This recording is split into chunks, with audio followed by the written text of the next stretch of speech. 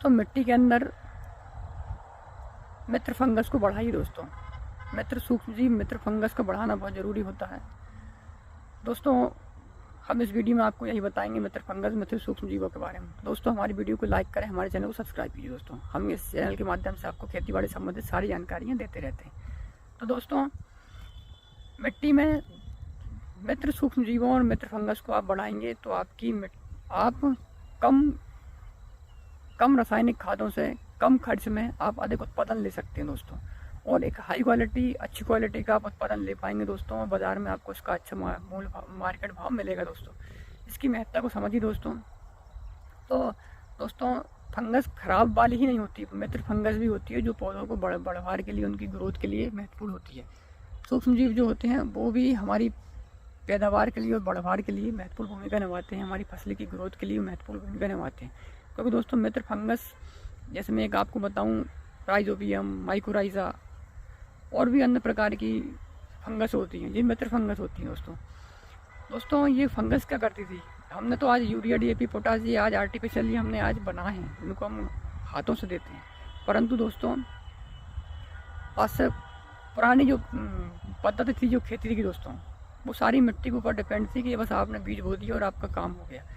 क्योंकि दोस्तों भोजन जब दोस्तों अपनी शुरुआती अवस्था में होता है तो दोस्तों आज हम आर्टिफिशियली खाद देते हैं पौधों को, परंतु ऐसा नहीं है।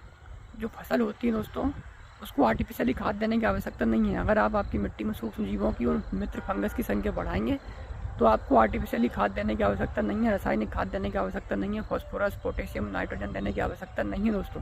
क्यों? क्योंकि दोस्तों जो मित्र फंगस होती है वह मित्र फंगस जब हम कोई बीज बोते हैं तो वो थोड़ा सा बड़ा होता है और अपनी थोड़ी सी जड़ बना देता है। उसके बाद उसमें दोस्तों जो मित्र फंगस जैसे माइकोराइजा होगी वो उसमें चिपक जाती है ऑटोमेटिक अंदर। क्योंकि अगर मिट्टी में अगर वो मित्र फंगस अगर पहले से उपलब्ध है तो आपने जो बीज बोया उसमें जो जैसी जो जड़ बनाई 8 दिन 10 दिन के अंदर ही, तो वो मित्र फंगस उस जड़ के साथ चिपक कर उससे उस पौधे की जड़ से ग्लूकोज को लेगी और वो ग्लूकोज खाएगी कोई मित्र फंगस, और मित्र फंगस अपने आप को ग्रो करेगी और ज़मीन की बहुत गहराई तक जाएगी। और ज़मीन की गहराई तक जब वो मित्र फंगस जाएगी उस पौधे की पेड़ में चिपक कर, तो दोस्तों मित्र फंगस क्या करती है, उस गहराई से ऑक्सीजन, फॉस्फोरस, नाइट्रोजन और पोटाश को उठाती है और पौधे को देती है। और जब गहराई से ये फॉस्फोरस, पोटाश और नाइट्रोजन जब उसको एब्जॉर्ब करेगी फंगस और वो सीधे जड़ों के द्वारा उस पौधे को देगी, तो उसका ये भोजन पूरा होगा। तो जब पूरा उसको भोजन मिलेगा, फॉस्फोरस उसको सही मात्रा में मिलेगा, तो दोस्तों ऑटोमेटिक वो जो पौधा है, जो अंकुरण है, वो ऑटोमेटिक सर्वाइव करेगा और धीरे धीरे वो ऑटोमेटिक ग्रो करेगा दोस्तों।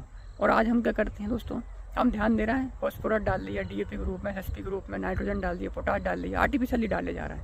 हम मिट्टी की वास्तविक संरचना को खोते जा रहे हैं। जबकि मिट्टी में दोस्तों वास्तविक संरचना, वास्तविक खेती ये है कि आप सूक्ष्म जीवों की संख्या को बढ़ाएं, मित्र फंगस की संख्याओं को बढ़ाएं दोस्तों। अगर आप इनको बढ़ाने पर ध्यान देंगे तो आपकी जो रासायनिक उर्वरकों की जो खाद पर जो पैसा खर्च हो रहा है वो आप बचा पाएंगे दोस्तों।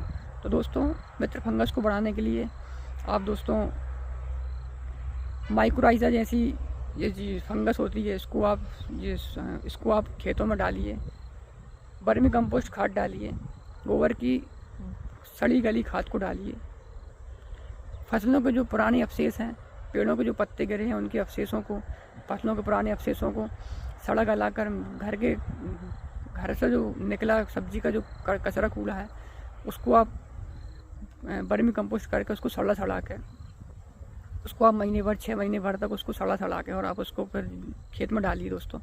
तो इससे जैविक कंपाउंड आपके खेतों में बढ़ेंगे, कार्बनिक पदार्थ आपके खेतों में बढ़ेंगे, मित्र फंगस इसमें बढ़ेगी, जैविक सूक्ष्म जीव आपकी इसमें खेतों में बढ़ेंगे। तो दोस्तों ये क्या करते हैं, अंदर जाकर जब ये सूक्ष्म जीव और मित्र फंगस जब मिट्टी में बढ़ेंगे जैविक कंपाउंड्स के द्वारा, जैविक खेती के द्वारा, तो ये मिट्टी को भुरभुरा बनाएंगे। मिट्टी में जो अन्य पोषक तत्व है, जो फॉस्फोरस है, जो पहले से पड़ी हुई फॉस्फोरस है, पोटाश है, नाइट्रोजन है, इसको ये घुलनशील अवस्था में लाएंगे और पौधे को ये आसानी से ग्रहण कर पाएंगे और सूक्ष्म जीवों की संख्याओं को बढ़ाएंगे। और सूक्ष्म जो पोषक तत्व होते हैं manganese, copper, sulphate, zinc, magnesium, इनके ये घुलनशील अवस्था में लाएंगे और पौधों को ये आसानी से देंगे।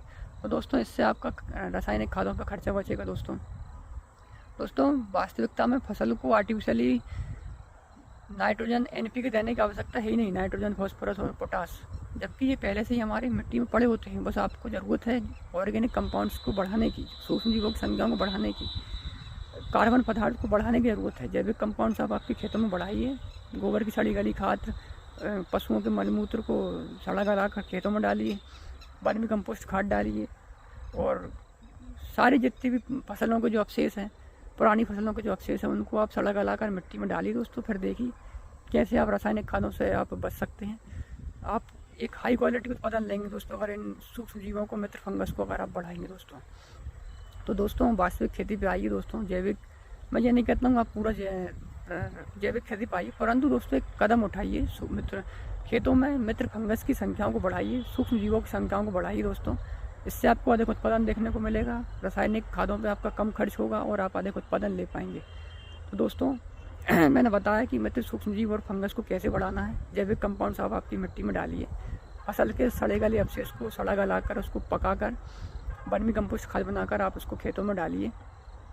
गौमूत्र और गोबर को आप सड़ा गला कर वर्मी कंपोस्ट करके उसको आप खेतों में डालिए। ह्यूमिक एसिड को डालिए, माइक्रोराइजा को डालिए, माइक्रोराइजा भी आती है, राइजोबियम को डालिए, और भी सूक्ष्म अन्य पोषक तत्व फंगस जो होती है उनकी मल्टीप्लाई करिए दोस्तों। गोबर खाद के साथ माइक्रोराइजा को मल्टीप्लाई करिए, उसके साथ उसको खेतों में डालिए दोस्तों। ऑटोमेटिक आप देखेंगे कि आपका रासायनिक खर्च कम होते जा रहा है, क्योंकि दोस्तों आप जितना सूक्ष्म जीवों की संख्याओं को बढ़ाने पर ध्यान देंगे, मित्र फंगसों को बढ़ाने पर ध्यान देंगे, तो आपकी मिट्टी में जल धारण करने की क्षमता उतनी बढ़ेगी। जैविक कंपाउंड आपकी मिट्टी में उतने ही बढ़ेंगे, कार्बनिक पदार्थ आपकी मिट्टी में उतने ज़्यादा बढ़ते जाएंगे, सूक्ष्म जीवों की संख्या बढ़ती जाएगी, फंगस और मिट्टी भुरभुरी जल धारण क्षमता बढ़ती जाएगी, मिट्टी का pH लेवल मेंटेन होते जाएगा, और मिट्टी में सारे पोषक तत्वों की उपलब्धता बढ़ जाएगी, मिट्टी की बायो अवेलेबिलिटी बढ़ जाएगी, और जिससे आपको कम रासायनिक खाद में ही भयंकर उत्पादन देखने को मिलेगा दोस्तों। और आपकी फसल से जो उत्पादन मिलेगा आपको, जो भी है, जो भी आप फसल लगाते हैं वो A1 क्वालिटी की रहेगी दोस्तों। उससे उस फसल में अलग ही चमक रहेगी, और उसका जो और उस फसल से जो प्राप्त अनाज है दोस्तों, उसका जो अनाज आपको प्राप्त होगा उसमें जो न्यूट्रिएंट्स की जो उपलब्धता रहेगी वो बहुत हाई क्वालिटी रहेगी। और इससे दोस्तों बहुत सारे लाभ हैं, और जब जैविक कंपाउंड्स के द्वारा आप खेती करेंगे तो आपके शरीर को भी उतना लाभ मिलेगा दोस्तों। तो दोस्तों आप जैविक खेती पर थोड़ा ध्यान दीजिए, मिट्टी में सूक्ष्म जीवों को बढ़ाइए, उर्वरा शक्ति को बढ़ाइए, जैविक कंपाउंड डालिए, कार्बनिक पदार्थों की संख्या बढ़ाइए, बायोचार आपके खेतों में बढ़ाइए दोस्तों। मिट्टी के सड़े गले, फसल के सड़े गले पदार्थ, पेड़ पौधे पत्ते से पर आप सड़े गले पदार्थ को आप सड़ा कर गला कर मिट्टी में डालिए। तो दोस्तों आप ऐसे आप इन सूक्ष्म जीवों को तरफ ध्यान दीजिए दोस्तों, केंचुओं की संख्या आपकी मिट्टी में बढ़ाई दोस्तों। तो इस तरह से आप आपकी मिट्टी से, आपके खेतों से एक अच्छी क्वालिटी का उत्पादन ले सकते हैं कम खर्च में, और रासायनिक खादों का उपयोग कम कीजिए दोस्तों। आशा करता हूँ मेरी वीडियो पसंद आई होगी। पसंद आई हो तो मेरी वीडियो को लाइक कीजिए, मेरे चैनल को सब्सक्राइब कीजिए। धन्यवाद दोस्तों। जय हिंद, जय जवान, जय किसान।